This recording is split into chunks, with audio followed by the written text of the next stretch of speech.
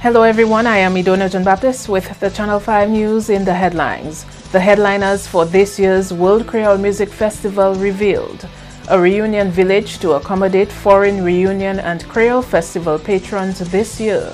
And National Security Minister warns of the dangers should Dominica fail to enact anti-terrorism legislation.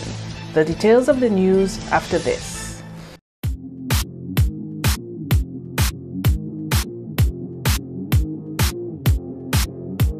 Rudolph Thomas Enterprise in Portsmouth, your suppliers of building materials and hardware products. Over 20 years experience in the business. Rudolph Thomas has lumber and plywood, galvanized and fence pipe. Check out Rudolph Thomas for ceramic and vinyl floor and wall tiles, nails, nuts and bolts, paint and painting supplies. And check out their line of electrical and hand tools. Go now to Rudolph Thomas on 1240 Bay Street in Portsmouth. Welcome back. An impressive list of world-class performers and chart-topping superstars was promised for this year's World Creole Music Festival before Chronixx, Yemi Alade and Mavado were revealed among the headline foreign acts. More performers will be added on the lineup as organizers assure that there will be lots more to come. The Jamaican reggae artist Chronixx, Nigerian Afropop singer Yemi Alade and Jamaican dancehall star Mavado are first-time foreign performers on this year's lineup. They were scheduled to perform at the 2017 event when the impact of Hurricane Maria caused its cancellation. The Signal Band will make their debut at the October 26 to 28 event, while patrons will experience a combo with Michael Henderson, Elisha Benoit and Cornel Phillip, named the Mizikanu All-Stars Band. Colin XP, Asa Banton, Midnight Groovers and Triple K Band are the other featured local acts. Kai, a former Karimi Band member, will also hit the WCMF stage. Suka King, Marshall Montano and Kess, the Band of Trinidad, are returning to the World Creole Music Festival stage. Other performers on this year's lineup who have been on there in the past are Sweet Mickey, Frankie Vincent, Class, Jean-Marc Ferdinand and Stéphane Ravor. A small village to be set up in Portsmouth to accommodate an influx of visitors for the reunion edition of the World Creole Music Festival. Tourism and Culture Minister Robert Tong told the launch party of WCMF on Wednesday this will address a shortage of rooms available in the city. Some may wonder where will this influx of visitors stay during the event. However, we look forward to those who have suffered, especially the stakeholders who have suffered their properties being damaged, and we hope that most of them will be in a better position to welcome visitors by October. However, we began discussing with the hotels and apartments in Portsmouth, including boats to be used as water taxis and the owners of large buses. So what we intend to do is to create a small village in the north where persons can go and visit and stay and come to the city on a daily basis. We are positive that this model will work well, also opening up the other areas of the country to our visitors. Tong is advising young entrepreneurs especially to think outside of the box so they enjoy the trickling down benefits of the staging of the event. During such events, we see a spike in tourism-related services such as accommodations, travel, restaurants, shopping, VAT collection for the government, resulting in more cash circulating within our local economy. As I have stated before, for every dollar that the government invests in the festival, there's an economic churn between $7 to $9 times that amount. These figures have come from two previous value for money reports on the festival. These economic gains bolster government's resolve to push for the yearly growth of the festival so that all Dominicans may derive benefit associated with the hosting of this premier event. National Security Minister Reuben Blackmore has suggested that Dominica could jeopardize its relationship with the United States and United Kingdom if it does not act on enforcing anti-terror laws. Blackmore said there could be implications for government dragging its feet on anti-terror legislation. Some people say, but why care about ISIS? But again, we have to also understand the United States, the European Union, Britain, help us. We got tremendous economic aid from those countries. And so we cannot say it's not our business. And there are certain things I cannot disclose. But I'm saying to you that if we do not proceed to be part of the global order, insofar as fighting terrorism is concerned, we are going to create some serious implications for us in Dominica in terms of our relationship with the United States of America. Serious, I'm talking to you as very seriously. Serious concerns for the United States of America, the United Kingdom, and others. He has asked the opposition to put aside its emotions and look at the mandate of the wider CARICOM community. The committee of legal officers within CARICOM had met and had actually finalized those 3 bills. And further, I think the CARICOM heads of conference, which was held in Haiti, commitment was given to actually ensure that CARICOM, actually work in concert with other countries and to ensure that those bills actually are enacted by a particular time. This government has been accused for being reckless and not being concerned as to criminals and terrorists having no passport. You never heard that? And when this government is acting in concert with CARICOM and the international community to get our laws consistent with what obtains regionally and globally, then you hear a human cry. A food security cash transfer is next on the cards for the World Food Program. The WFP arrived in Dominica shortly after Hurricane Maria and is well known for the joint emergency cash transfer.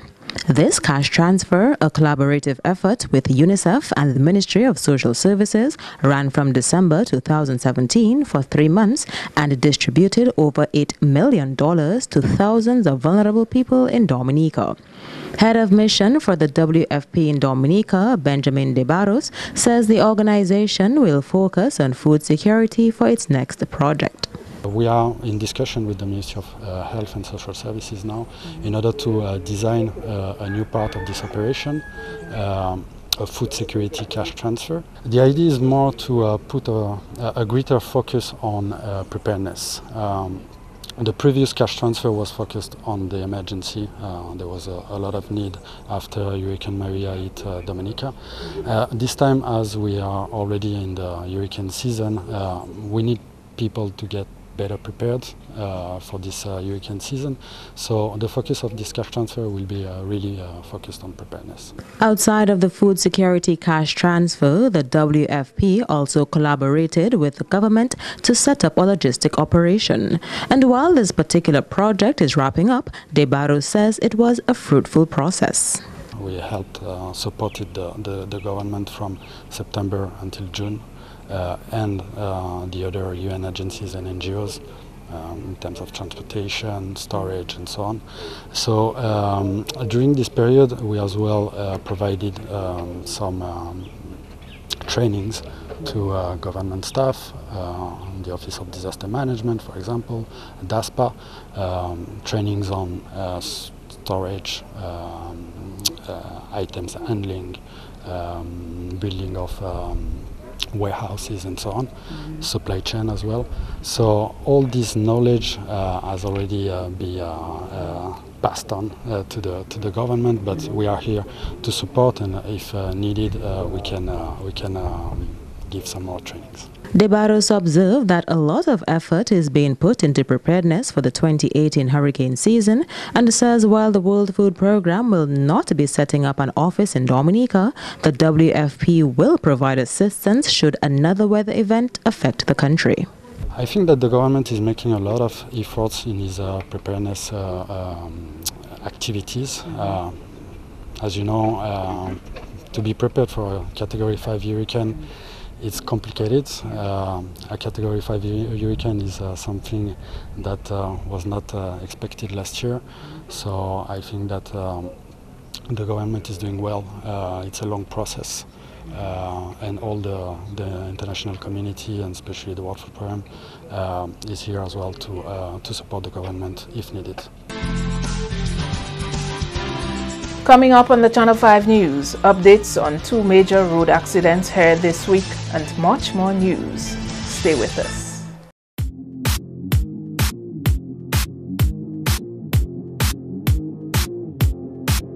Thanks for staying with us. 25 individuals are now better positioned to strengthen Dominica's volunteerism campaign.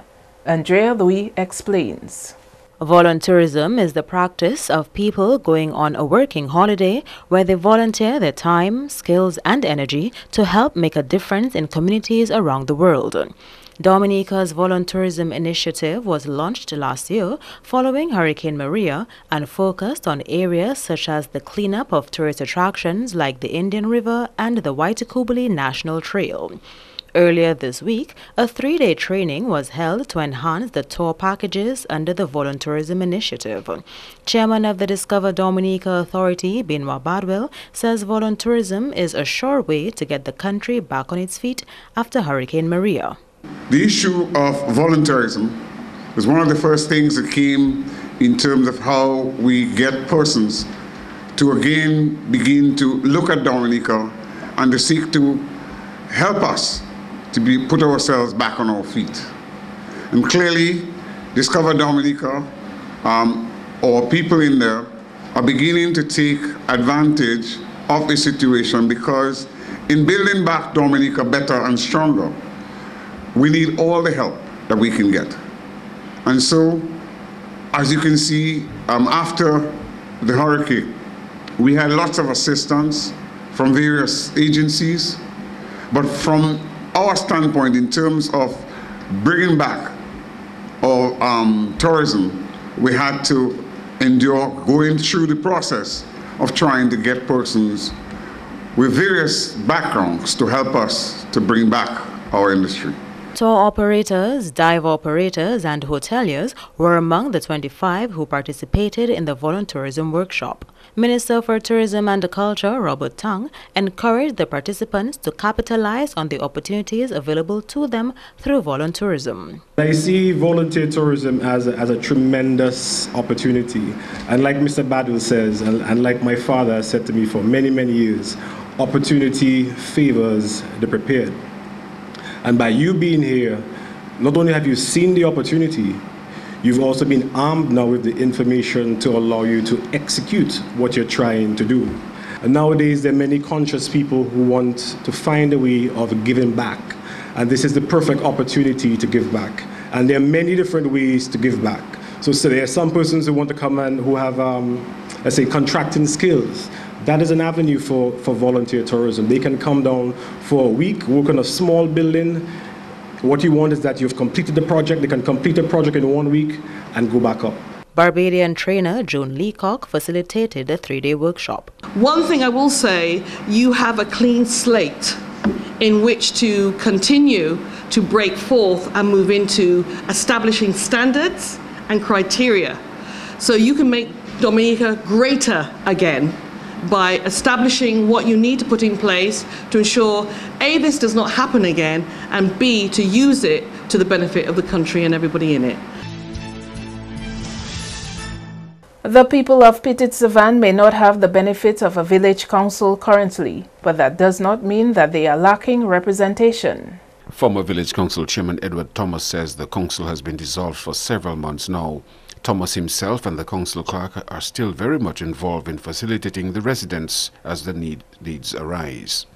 There are many reasons why, one of them being that seeing that we do not have a community yet, and it's difficult to really for the council to really exercise its duties, without having a community, without having people, together in one place. So that's one of the main reasons why it was dissolved, and I'm fine with this, I'm fine with that.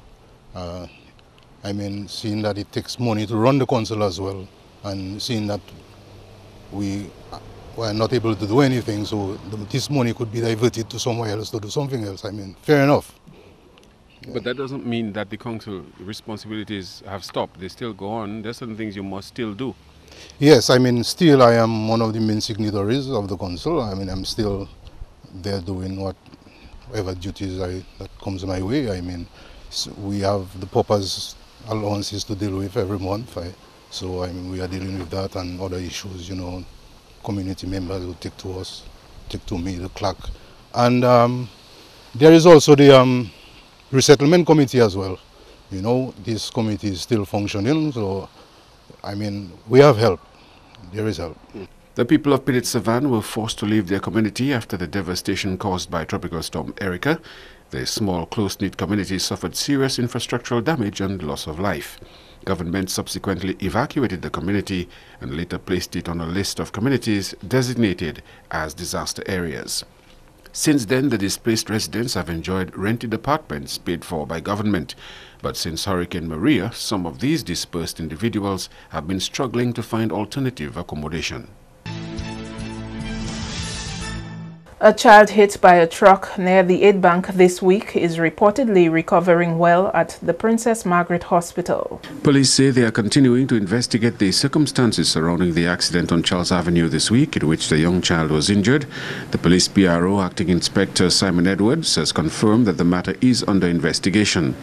We have no evidence that speeding was a factor, but it's one of the concerns raised by members of the public following the accident.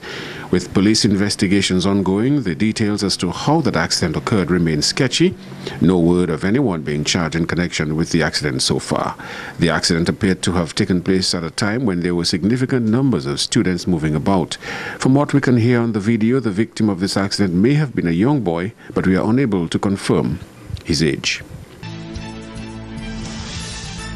And some onlookers say the driver of this truck is lucky to be alive. The driver of the large dump truck may have lost control of the vehicle and went off the road near St. Joseph. It's unclear whether he was seriously injured and required medical attention, but some of those who saw where the truck came to rest were grateful he is alive.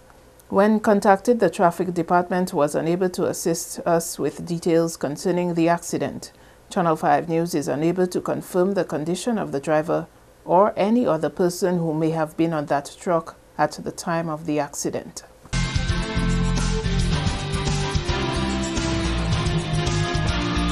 To end the news, the headlines again.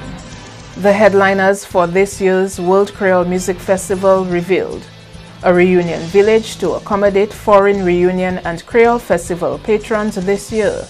And National Security Minister warns of the dangers should Dominica fail to enact anti-terrorism legislation. Feel free to contact us at news@marpin2k4.com. You can access our past newscasts on our YouTube channel. On behalf of the entire production team, I am Idona John Baptist. Thanks for watching. Join us again tomorrow.